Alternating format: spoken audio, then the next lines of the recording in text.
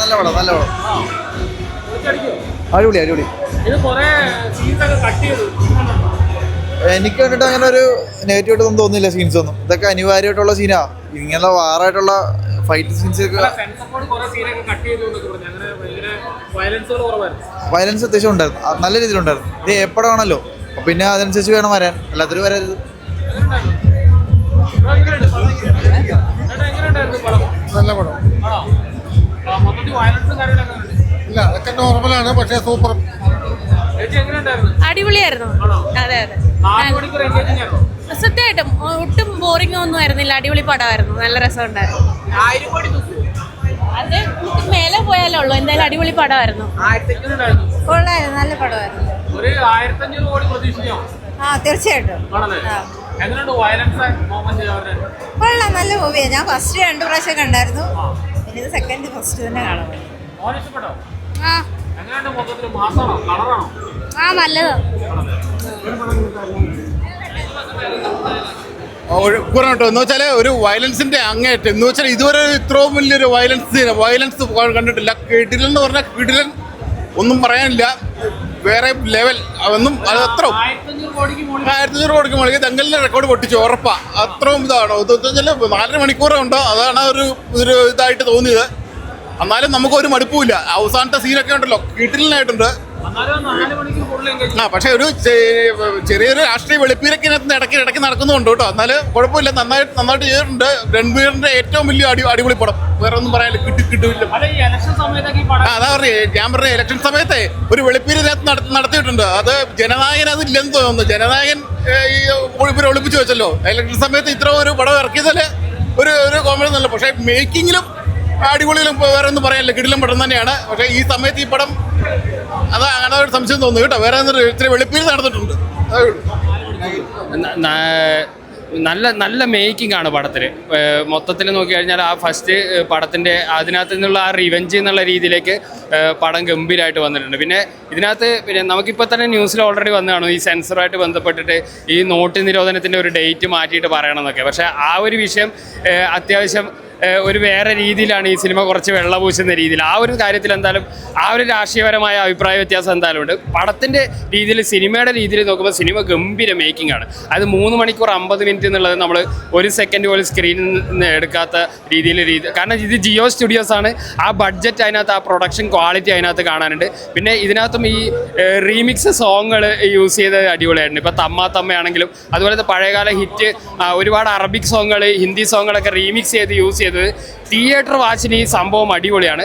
പക്ഷേ ഞാൻ നേരത്തെ പറഞ്ഞ പോലെ ഇപ്പോൾ ജനനായകൻ പോലുള്ള ഒരു പടത്തിനെ രാഷ്ട്രീയപരമായിട്ട് മാറ്റിയെടുത്തുമ്പോൾ ഇതിൽ വളരെ പച്ചക്കായിട്ട് രാഷ്ട്രീയം വെളുപ്പിക്കുന്ന രീതിയിൽ പറയുന്നുണ്ട്. ആ ഒരു അഭിപ്രായ വ്യത്യാസം മാറ്റി വെച്ച് നോക്കിയാൽ പടം ഗംഭീരമാണ്.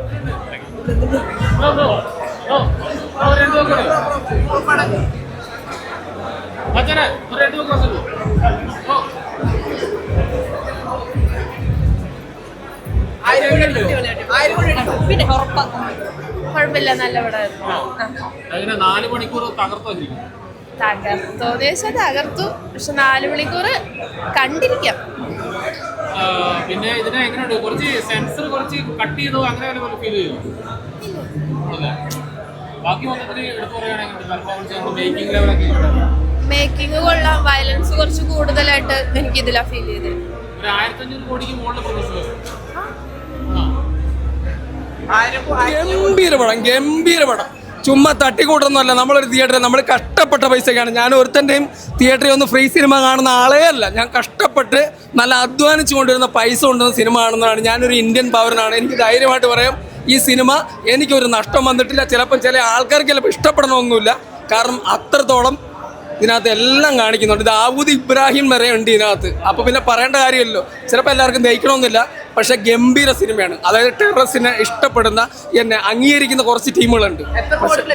ഇത് 1000 കോടി ഉറപ്പിച്ചോ നിങ്ങൾ, ഒന്നും വിചാരിക്കാനില്ല. ഇത് ഗംഭീര സിനിമയാണ്. കേരളത്തിൽ നല്ല ഒരു ലെങ്ത്തും കൂടെ തന്നെ 4 മണിക്കൂർ എവിടെ പോയെന്നാ പറയണത്. ഒരു ബോറും ഇല്ലാണ്ട് 4 മണിക്കൂർ കണ്ടെന്ന് പറഞ്ഞാൽ എനിക്ക് ഒരു ബോറും അടിച്ചില്ല. ഞാൻ തിയേറ്ററിൽ ഇരുന്ന് കണ്ടിട്ടുള്ള, ഞാൻ തിയേറ്ററിലെ പ്രേക്ഷകരെ കണ്ടിട്ടാണ് അഭിപ്രായം പറയണത്. ഞാൻ എൻ്റെ വ്യക്തിപരമായ മാത്രമല്ല, തിയേറ്ററിൽ ഒരാൾ പോലും മറ്റൊരു ഫോണിലേക്ക് ഒന്നും പോയിട്ടില്ല. തിയേറ്ററിലെ സ്ക്രീനിലേക്ക് മാത്രം നോക്കിയിരിക്കുന്നതാണ്. നിങ്ങൾ എങ്ങനെയാണോ അതിനെ ബൂസ്റ്റ് ചെയ്യാൻ ആഗ്രഹിച്ചത് അത്തരത്തിൽ ബൂസ്റ്റ് ചെയ്തോ. അതിന്റെ മുകളിൽ നിൽക്കും. അതായത് ഏറ്റവും നല്ല ഗംഭീര കളക്ഷൻ ആയിരിക്കും സിനിമ. ആരെയല്ല, എൻ്റെ AK-47 ഉണ്ടായിരുന്നെങ്കിൽ സത്യം പറഞ്ഞാൽ എനിക്ക് അപ്പം തന്നെ അങ്ങ് വെടിവെച്ച് കൊന്നാലെന്ന് ആലോചിക്കാണ്. തീവ്രവാദികളെ 1000 കോടി കയറും. നിങ്ങൾ ഉറപ്പിച്ചോ? ഞാൻ പറഞ്ഞിട്ടുള്ള ഏതെങ്കിലും ഒരു സിനിമയ്ക്ക് നിങ്ങൾ നഷ്ടം വന്നിട്ടുണ്ടോ? നിങ്ങൾ കാണുന്ന പ്രേക്ഷകർ നിങ്ങൾ സിനിമ കണ്ടോ? ഒരു നഷ്ടമുണ്ട്. ഈ സിനിമ 1000 കോടി അടിക്കും എന്നുള്ള ഗ്യാരണ്ടിയാണ്. ഇതല്ലെങ്കിൽ ഞാൻ ഇതോടുകൂടി തിയേറ്റർ റിവ്യൂ നിർത്തും. അതെനിക്ക് അറിഞ്ഞൂടാട്ടെ, ഞാൻ എൻ്റെ അഭിപ്രായം പറയാൻ പറ്റുള്ളൂ. 10,000 കോടി എന്ന് പറയും. ഈ വർഷത്തെ ആദ്യത്തെ ഇൻഡസ്ട്രി 2026 2026 ഹിറ്റ് നേരത്തെ ഉണ്ടായിട്ടുണ്ട്. ഇൻഡസ്ട്രി ഹിറ്റ് പാൻഡൽ ലെവൽ ഇത് തന്നെയാണ്, ദുരന്തരം തന്നെയാണ്. ഒരു സംശയം വിചാരിക്കേണ്ടത്. നിങ്ങൾ ധൈര്യമായിട്ട് തിയേറ്ററിൽ കണ്ടോ സിനിമ? നിങ്ങൾക്ക് നഷ്ടം വരികയാണെന്നുണ്ടെങ്കിൽ നിങ്ങൾക്ക് വനിതാ തിയേറ്ററിൽ നിന്ന് എന്നെ തെറി പറയാം. ഞാൻ എൻ്റെ വാക്ക് കേട്ടിട്ട് നിങ്ങൾക്ക് സിനിമ തിയേറ്ററിൽ വന്ന് നഷ്ടം വന്നിട്ടുണ്ടെങ്കിൽ നിങ്ങൾ എന്നെ തിയേറ്ററിൽ വന്ന് തെറി പറയാം. ഇനി ഇതിൽ കൂടുതൽ ഗ്യാരണ്ടി ഇല്ലല്ലോ. ഞാൻ പറഞ്ഞ് നിങ്ങളെ തിയേറ്ററിലേക്ക് കൊണ്ട് ഞാൻ കഷ്ടപ്പെട്ട പൈസയ്ക്ക് സിനിമ കാണാൻ വരുന്ന ആളാണ്. ഞാൻ ഫ്രീ ടിക്കറ്റിന് കാണുന്ന ആളല്ല. അതുകൊണ്ട് ഞാൻ ഉറപ്പിച്ച് പറയണം, മോഷ്ടിക്കുന്ന പൈസയായിട്ട് ഞാൻ വരുന്ന ആളല്ല. നിങ്ങളൊരു 2000 രൂപ നിങ്ങൾക്ക് മുടക്കി നിങ്ങൾ തിയേറ്ററിൽ വന്ന് സിനിമ കാണുന്നുണ്ടോ? നിങ്ങൾ ഉറപ്പിച്ചോ, നിങ്ങൾക്ക് ഒരു നഷ്ടമില്ല. ഗംഭീര ബാക്ക്ഗ്രൗണ്ട് സ്കോറാണ് സിനിമ. തിയേറ്റർ കുലുങ്ങി പോരെ.